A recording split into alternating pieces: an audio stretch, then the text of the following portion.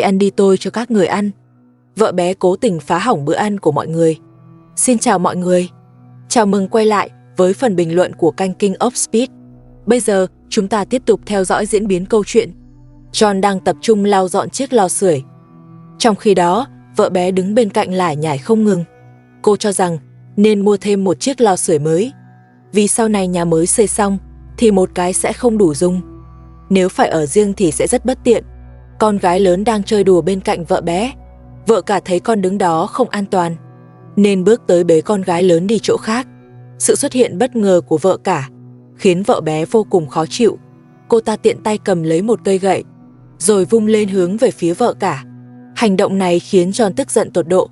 John lại một lần nữa nghiêm khắc cảnh cáo vợ bé. Tôi đã nói với cô bao nhiêu lần rồi, không được động vào cô ấy. Không khí căng thẳng khiến hai người bắt đầu cãi vã dữ dội. John cuối cùng cũng không thể nhẫn nhịn thêm. Anh lại tiếp tục trách móc vợ bé. Cô mau dọn sạch cái lò sưởi này đi, cả ngày chỉ biết ngồi đó nói nhiều. Vợ bé lập tức cãi lại. Tôi là phụ nữ mang thai, sao có thể làm việc nặng được? Nhưng thái độ của John vô cùng cứng rắn. Anh nói rằng nếu cô không dọn thì đừng trách anh nổi nóng. Vợ bé biết mình không cãi lại được, cô ta đành miễn cưỡng làm theo. Cúi đầu dọn dẹp lò sưởi, nhưng miệng vẫn không ngừng than phiền. Sự bất mãn hiện rõ trên nét mặt, khiến bầu không khí thêm nặng nề.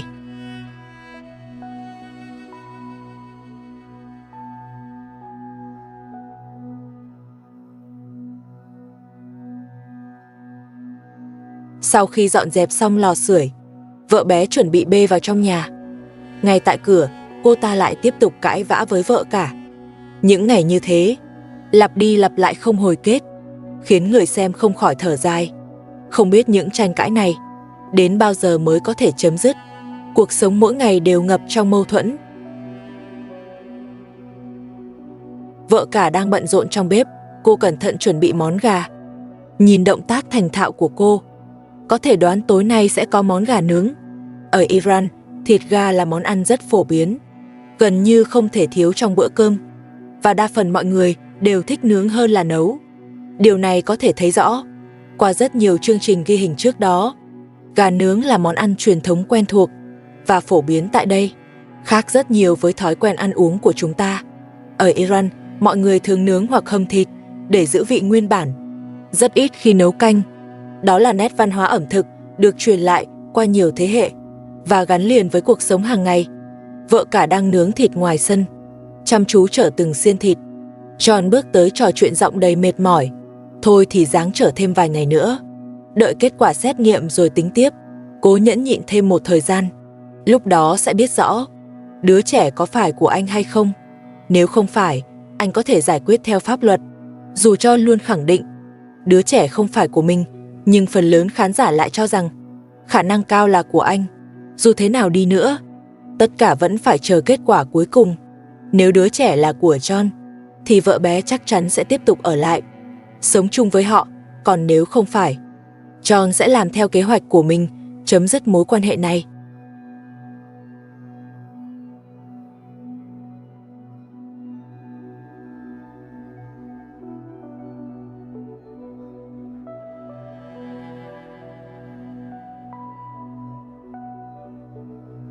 Sau khi thịt nướng xong, mọi người chuẩn bị ngồi vào bàn thưởng thức bữa ăn.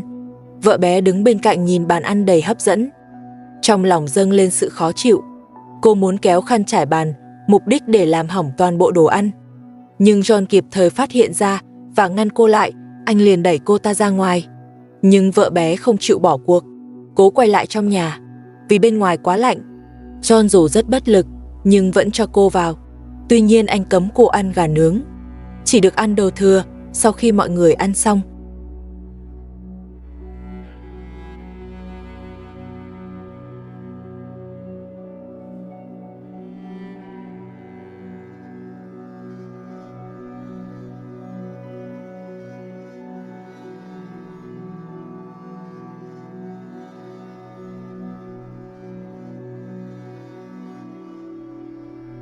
SNG sớm hôm sau, vợ bé lại đòi John đưa đi gặp bác sĩ. Cô nói rằng con trai mình bị bệnh, nhưng John cho rằng cô đang nói dối. Vì đứa trẻ trông rất khỏe, không có dấu hiệu bất thường Vợ bé vẫn khăng khăng, cô ta khẳng định mình không nói dối. Dù anh không đưa tôi đi, thì cũng phải đưa con tôi đi khám. Giọng cô đầy lo lắng và bực bội. Thực chất cô muốn mượn cớ để được đến bệnh viện, kiểm tra lại cho bản thân. Ji-eun hiểu rõ ý đồ đó, nên thẳng thừng từ chối, và nói cô đang nói dối. Trong làng vẫn có xe khác, cô tự đi nhờ xe đi.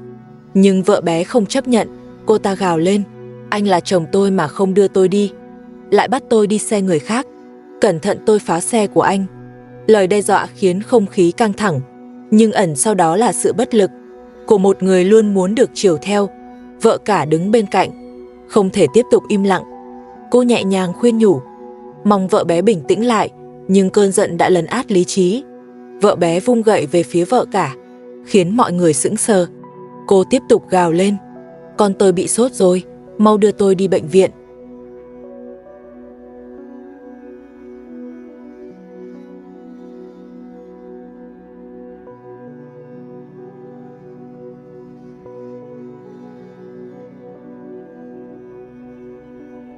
John kiên quyết đáp lại, con cô không sao cả. Tại sao cô cứ nói dối? Tôi không có xe, muốn đi thì tự đi. Giọng anh đầy thất vọng.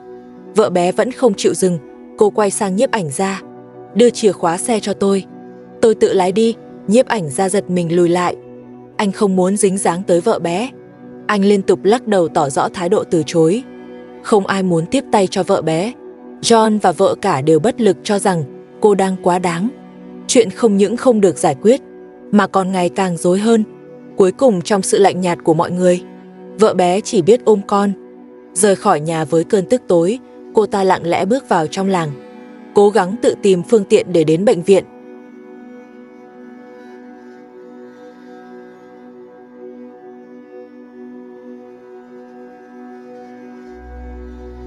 Sau khi bận rộn chuẩn bị xong bữa trưa, John và vợ cả cuối cùng cũng được ngồi lại, tận hưởng khoảng thời gian yên tĩnh hiếm hoi. Họ bắt đầu dùng bữa trưa cùng nhau. Trong khi đó, vợ bé đã dẫn con vào trong làng. Sự rời đi của cô khiến ngôi nhà lập tức yên ắng hơn. John không kìm được mà than thở, giá như cô ta đi luôn thì tốt, đỡ phải ngày nào cũng nhìn mà phiền lòng. Trong giọng nói của anh lộ rõ sự bất mãn và bất lực với vợ bé. Rõ ràng sự tồn tại của cô đã gây cho anh không ít rắc rối và áp lực. John tiếp tục than phiền, ngày nào cô ta cũng nói dối, lúc nào cũng muốn sai khiến anh. Trong ánh mắt của anh thoáng qua vẻ mệt mỏi, dường như đã quá chán ngán với những trò vô lý của vợ bé. Trong suy nghĩ của John, hành động của cô không chỉ phá vỡ hòa khí, mà còn luôn tìm cách can thiệp vào quyết định của anh. Điều đó khiến anh vô cùng khó chịu. Khi vợ bé quay lại, cô bất lực nói với John, tôi không tìm được xe, không thể đến bệnh viện. Ánh mắt cô lộ rõ sự lo lắng, giọng nói mang theo sự dựa dẫm. Hy vọng John sẽ giúp mình đưa cô đi bệnh viện, nhưng John vẫn kiên quyết từ chối. Đừng nói dối nữa, anh không thấy con cô có vấn đề gì. Nó vẫn khỏe mạnh, cô chỉ đang ép anh đưa cô vào thành phố. Anh không có xe để chở đi.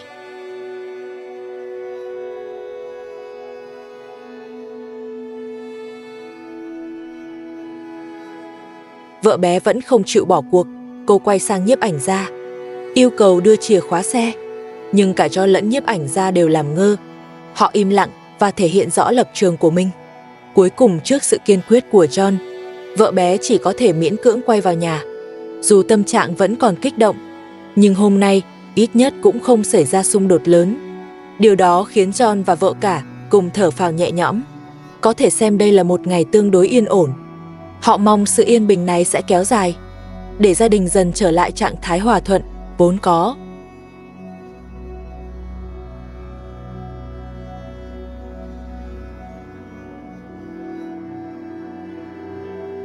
Sáng sớm hôm đó, John trở về nhà một mình. Vợ cả thấy chỉ có anh thì không khỏi ngạc nhiên. Trong lòng dâng lên cảm giác bất an, cô vội hỏi, vợ bé sao không về cùng anh? Giọng cô đầy lo lắng. Rõ ràng việc này nằm ngoài dự đoán. John lại tỏ ra rất bình tĩnh. Đừng lo, về nhà rồi anh sẽ nói. Giọng nói chắc chắn khiến vợ cả yên tâm phần nào.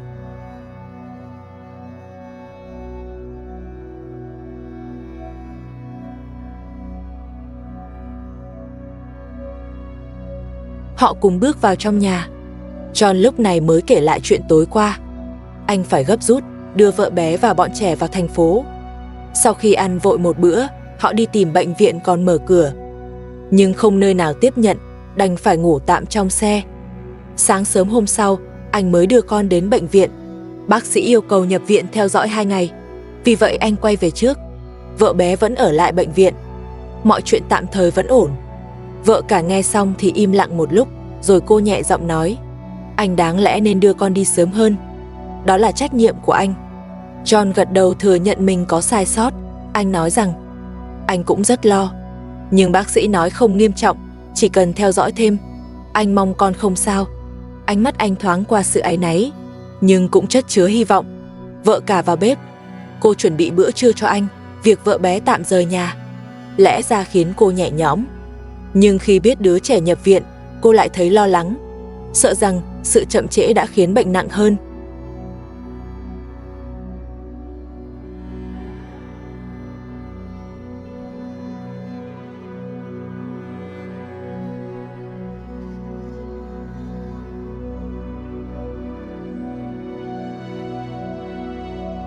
Trong lòng vợ cả đời mâu thuẫn.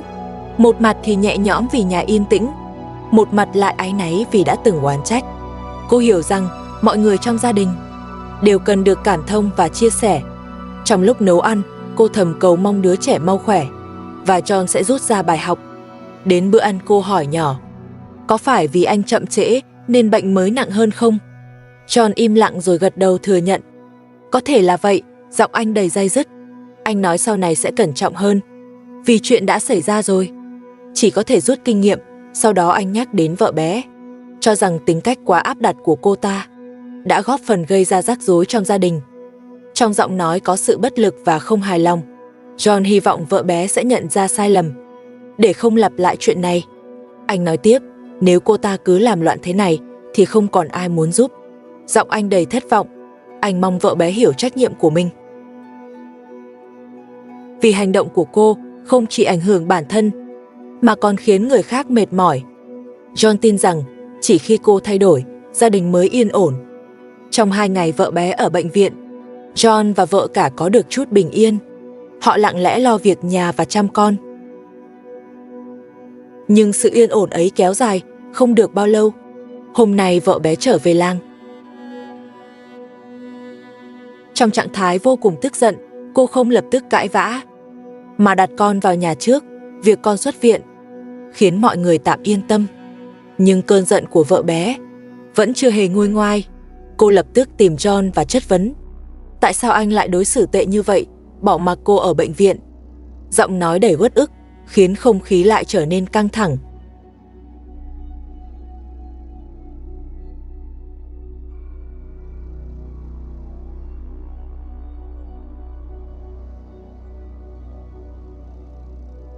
Có phải anh định bỏ mặc tôi ở đó, không? Giọng vợ bé tràn đầy tức giận và bất mãn. Ánh mắt cô mang theo sự trách móc. Nghe những lời chất vấn đó, John cũng nổi giận. Anh phản bác rằng tôi đã đưa cô đến bệnh viện để chăm con.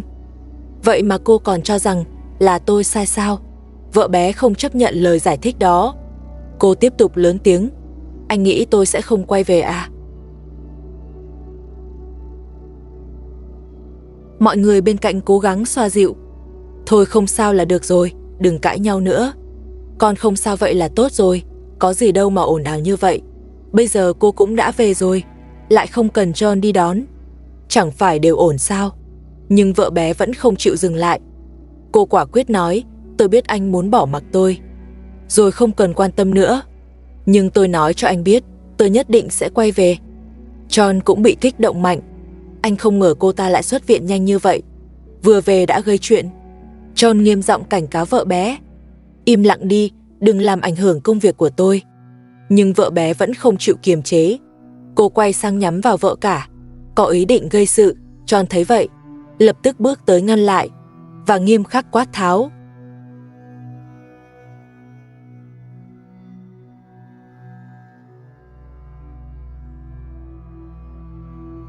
Vợ bé vẫn không chịu nghe, miệng liên tục than vãn và chỉ trích. Điều này khiến John tức giận đến mức không thể giữ bình tĩnh. Trước sự quấy rối không ngừng, John buộc phải mạnh tay khống chế cô. Dù biết vợ bé đang mang thai, nhưng trong hoàn cảnh này, anh không còn lựa chọn nào khác để giữ trật tự trong nhà.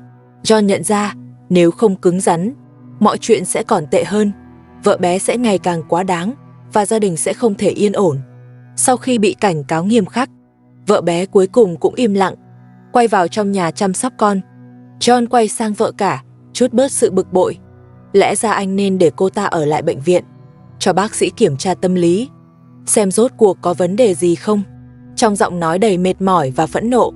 Đối với hành vi của vợ bé, anh vừa khó hiểu, vừa thất vọng. Con không sao đã là điều tốt, vậy mà cô ta còn làm ầm lên, như thể lỗi ở chúng tôi.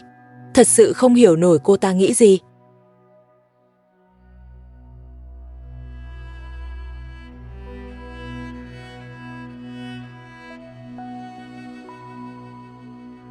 Vợ cả ban đầu chỉ lặng im. Một lúc sau, cô ngẩng đầu lên, lo lắng hỏi John, khi nào thì có kết quả xét nghiệm? John hiểu nỗi bất an của vợ cả. Anh nhẹ giọng trấn an, chắc vài ngày nữa thôi, anh đoán cũng sắp có rồi. Giọng anh mang theo sự mệt mỏi, nhưng cũng chất chứa chờ đợi. Hiện giờ không còn lựa chọn nào khác, cứ chờ qua từng ngày. Đến khi có kết quả, chúng ta sẽ quyết định làm gì tiếp theo. Trong giọng John đầy kiên quyết, lần này anh sẽ giải quyết dứt điểm.